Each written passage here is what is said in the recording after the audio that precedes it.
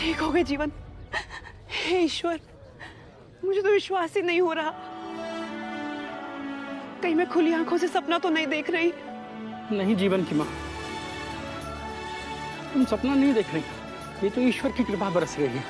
तुम्हारा बेटा सच में ठीक हो गया।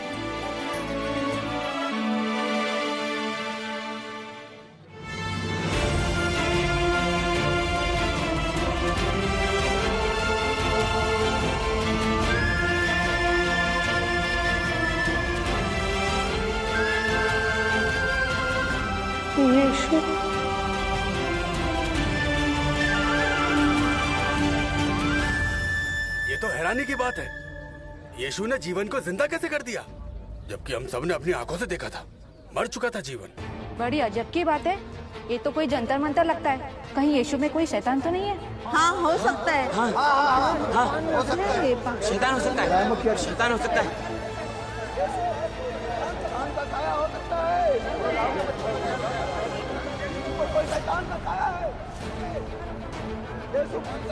मैरी, यहाँ का माहौल बहुत बिगड़ रहा है, तुम यीशु को लेकर अंदर जाओ। चलो बेटा। क्यों माँ, आप मुझे अंदर क्यों ले जाना चाहती है? अब तो जीवन भी ठीक हो गया, फिर भी ये लोग नाराज क्यों हैं?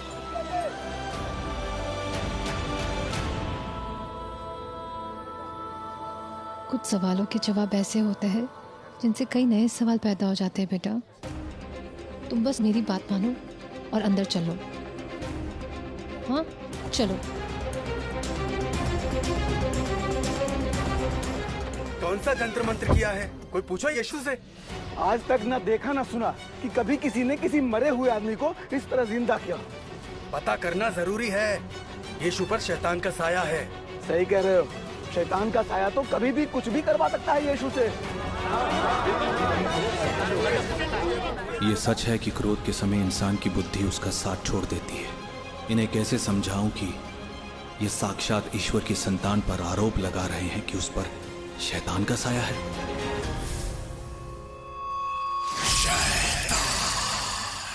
इस दिन का तो ना जाने कब से इंतजार था मुझे। आखिरकार इस सिंहासन पे अब ऐसा राजा बैठेगा जो मेरे इशारों का गुलाम होगा। जैसे इसने अपने पिता को खत्म किया, ठीक वैसे ही अब ये यीशु को भी खत्म करेगा।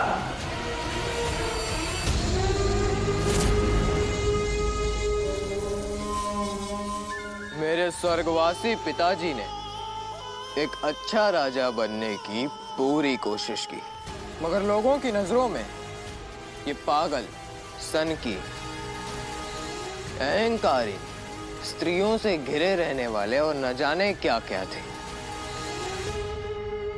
और मुझे बड़े दुख के साथ कहना पड़ रहा है कि ऐसे बहुत सारे कार्य हैं जो मेरे पिताजी करना चाहते थे, पर दुर्भाग्यवश कर नहीं पाए। पर कोई बात नहीं, मैं आपको वचन देता हूं कि आपके सारे अधूरे कार्य मैं पूरे करूंगा।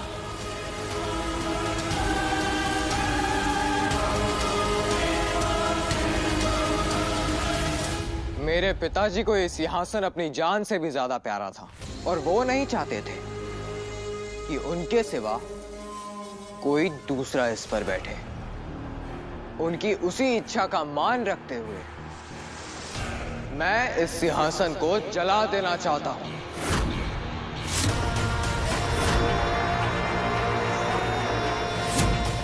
तुमने सुना नहीं मैंने क्या कहा?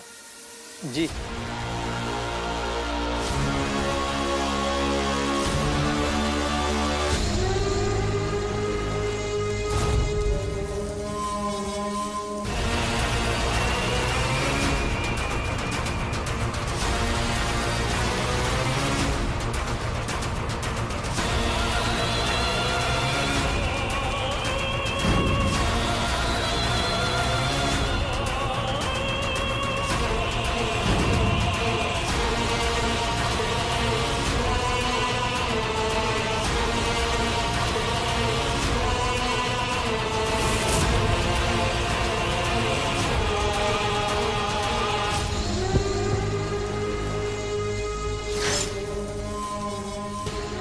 इस सिंहासन की राख से उदय होगा नए राज सिंहासन पर बैठने वाले नए सम्राट का, जो आपके सामने खड़ा है।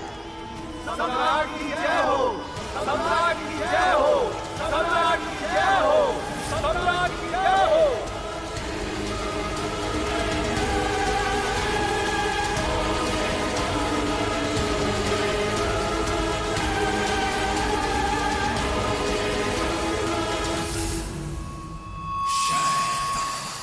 बहुत खूब नए सम्राट, अब समय आ गया है उससे मिलने का, जिससे मिलने के लिए मैं वर्षों से तरस रहा था। तैयार रहना यीशु, मैं आ रहा हूं। पता नहीं कौन सा जादू टोना किया है यीशु ने। अरे खतरा है वो हम सबके लिए, उसे बाहर निकालो, बाहर निकालो उसे। हे ईश्वर, अब आप ही संभालें इन सबको। माँ, मुझे माफ कर दीजिए।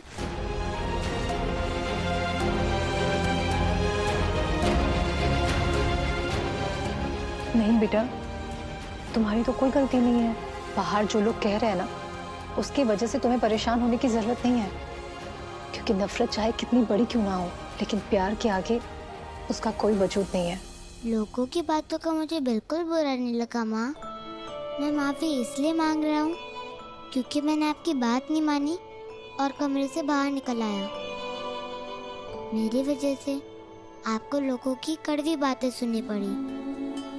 मेरी वजह से मेरी माँ के आंखों में आंसू आए ना।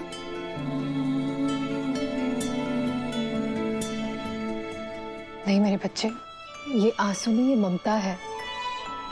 और तुम मेरे आंसुओं की नहीं, मेरे मुस्कुराने की वजह हो। तो सबसे पहले आप अपने आंसू पोंछिए और मुस्कुराइए।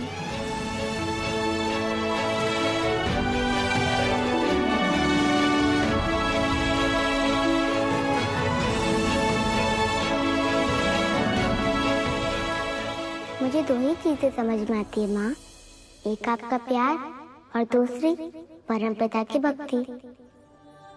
आप ही तो कहती है ना कि जो भावना सबसे ज्यादा समझ में आती है वही बढ़ती है। हाँ तो ये तो सच ही है। तो जब आपका प्यार और परमपिता की भक्ति मेरे साथ है तो लोग मेरे बारे में क्या बुरा कहते हैं, मुझसे मैं क्यों डरूं? कोई समझे या नहीं, लेकिन मुझे तो मालूम है ना कि मैंने कभी जीवन के लिए बुरा नहीं चाहा। लेकिन तुम्हारी इस बात को कौन समझेगा? बाहर जो लोग खड़े हैं ना, उनके मन में तुम्हारे लिए सिर्फ और सिर्फ गुस्सा, नफरत और अत्याचार है। मुझे तो गुस्सा, नफरत और अत्याचार की भावना समझ में ही नहीं आती माँ।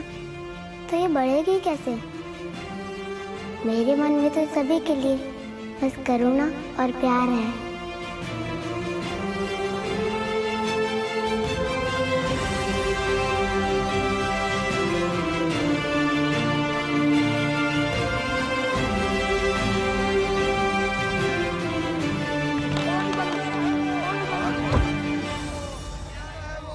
क्या हुआ? हमें यीशु के साथ गांव वालों के सामने प्रस्तुत होना पड़ेगा। सब लोग मिलकर ही फैसला करेंगे कि जीवन के साथ जो कुछ हुआ उसके लिए यीशु को क्या सजा दी जाए।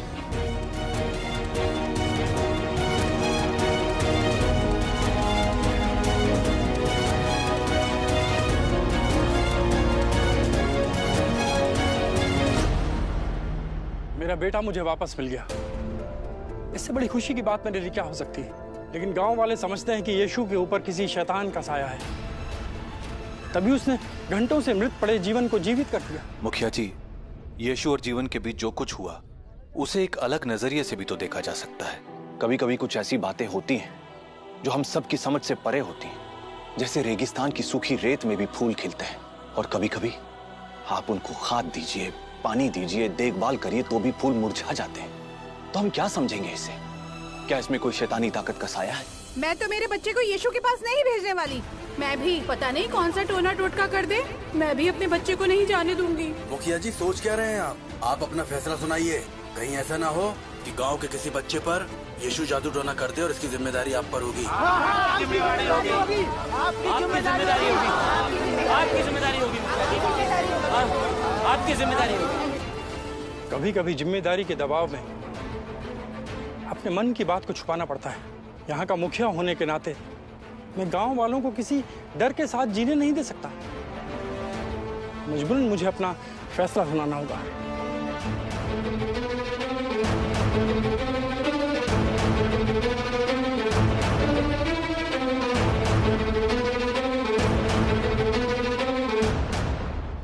यीशु और आपके पूरे परिवार को एक दिन के अंदर मिस्र छोड़कर जाना होगा।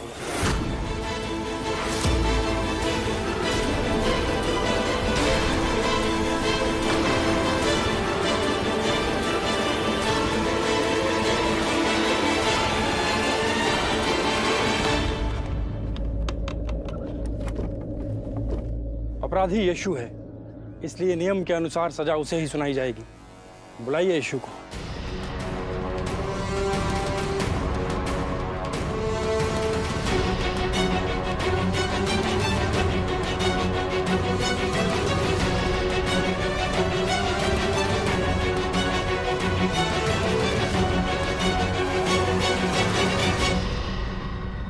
यीशु,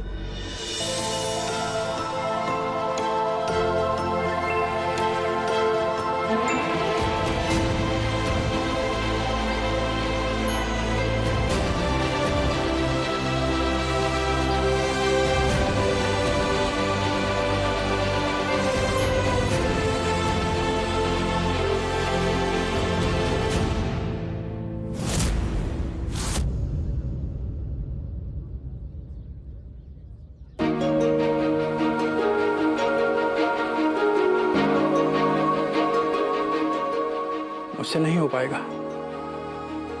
किस जबान से कहूं यीशु को यहां से जाने के लिए? हे ईश्वर, कैसी परीक्षा ले रहा है? ये कैसी अग्नि परीक्षा है?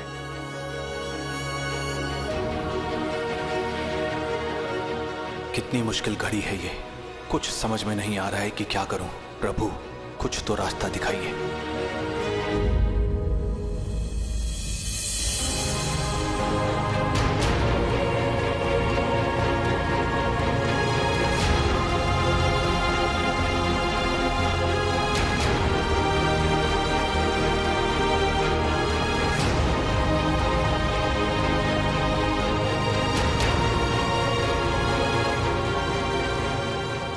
कैसे समझाऊं इन सब लोगों को कि यीशु ने जीवन के लिए ईश्वर से केवल प्रार्थना की थी और ईश्वर ने उसकी प्रार्थना स्वीकार करके जीवन को जीवन दान दिया है। ईश्वर की संतान को शैतान के साथ जोड़कर ये यीशु को सजा कैसे दे सकते? जब तक ये गांव वाले गुस्से में हैं, तुम इनकी सोच नहीं बदल सकते, क्योंकि गुस्सा सोचने और समझने की शक्ति पर विराम लगा देता है। इसीलिए मैं तुम्हें बताने आया हूं कि अब यीशु का अपनी यात्रा में आगे बढ़ने का समय आ चुका है। आप दुखी मत होइए मुखिया चाचा, आपने जो सजा सुनाई उसके लिए मुझे आपसे कोई शिकायत नहीं। पहले की तरह आज भी मेरे मन में आपके लिए आदर और प्यार है।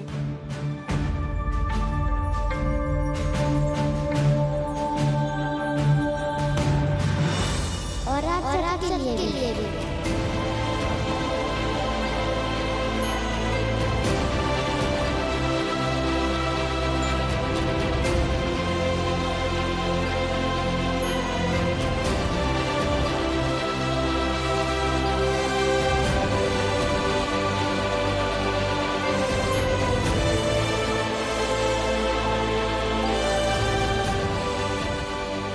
मेरे मन में नफरत नहीं, सिर्फ प्यार है। इसलिए आप सब ने मिलकर जो मुझे देश निकाला दिया है, उसे मैं खुशी खुशी स्वीकार करता हूँ।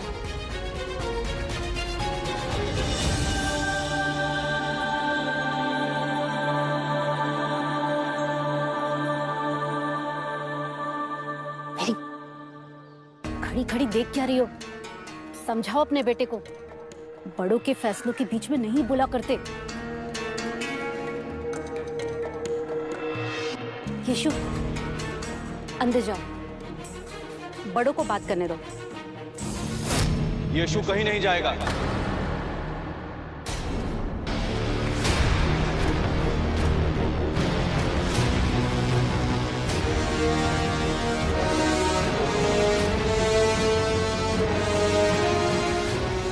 मैं यीशु की बात का समर्थन करते हुए आप लोगों द्वारा दिया गया देश निकाला स्वीकार करता हूं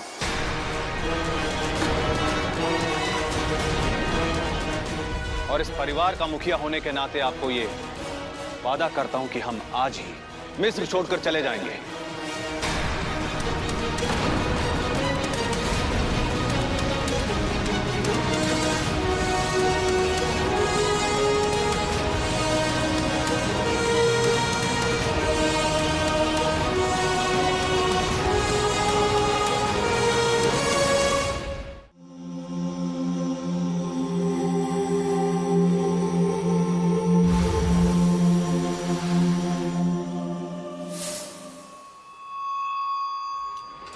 क्यों देवदूत, याद है कि नहीं?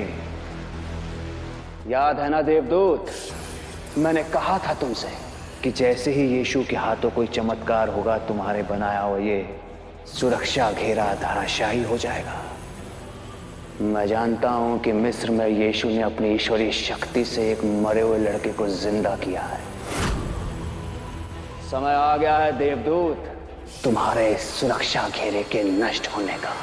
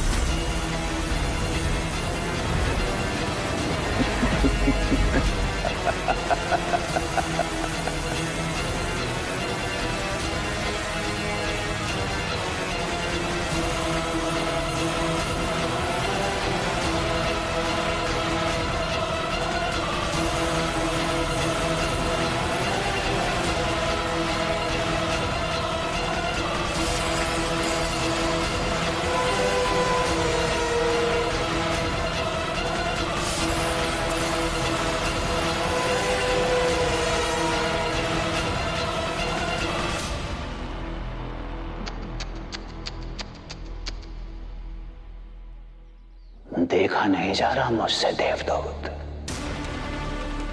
अब क्या करोगे देवदूत? मैं जानता हूं कि अब मैं तुम्हें मिस्र में प्रवेश करने से नहीं रोक सकता, लेकिन भूलना मत, ईश्वर का आदेश है कि तुम सीधे यीशु को चोट नहीं पहुंचा सकते। किसने कह दिया तुम्हें कि मैं यीशु को चोट पहुंचाने मिस्र जा रहा हूं? नहीं नहीं देवदूत, मैं तो उसे देखना चाहता हूं। मैं देखना चाहता हूं कि आखिर कौन है वो ईश्वर की संतान, इस संसार का मसीहा, सबका चहेता यीशु।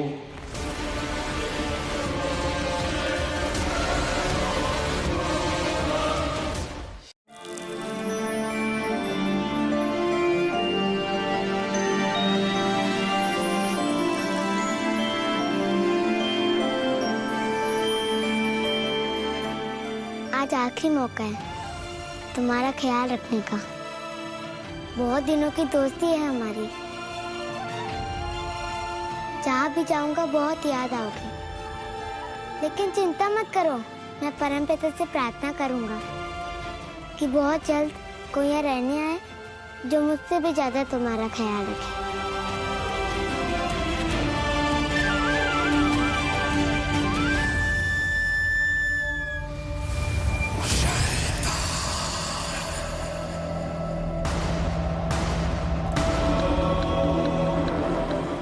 ठीक उसी जगह होना कितना शानदार है।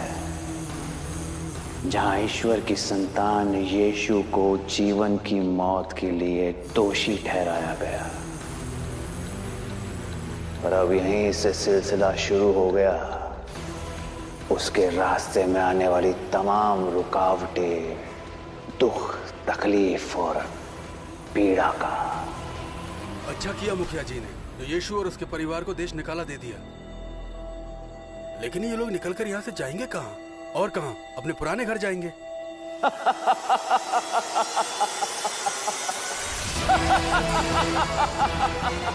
सब कुछ ठीक वैसा ही चल रहा है जैसा मैं चाहता हूँ। अब तो मैं डोरी खींचूंगा और तुम कठपुतली की तरह नाचोगे। बस तुम्हें एक बार अपनी आंखों से देख लूं, उसके बाद तुमसे सीधा मुलाकात तुम्हारे गांव में ही होगी, मेरे प्यारे यीशु।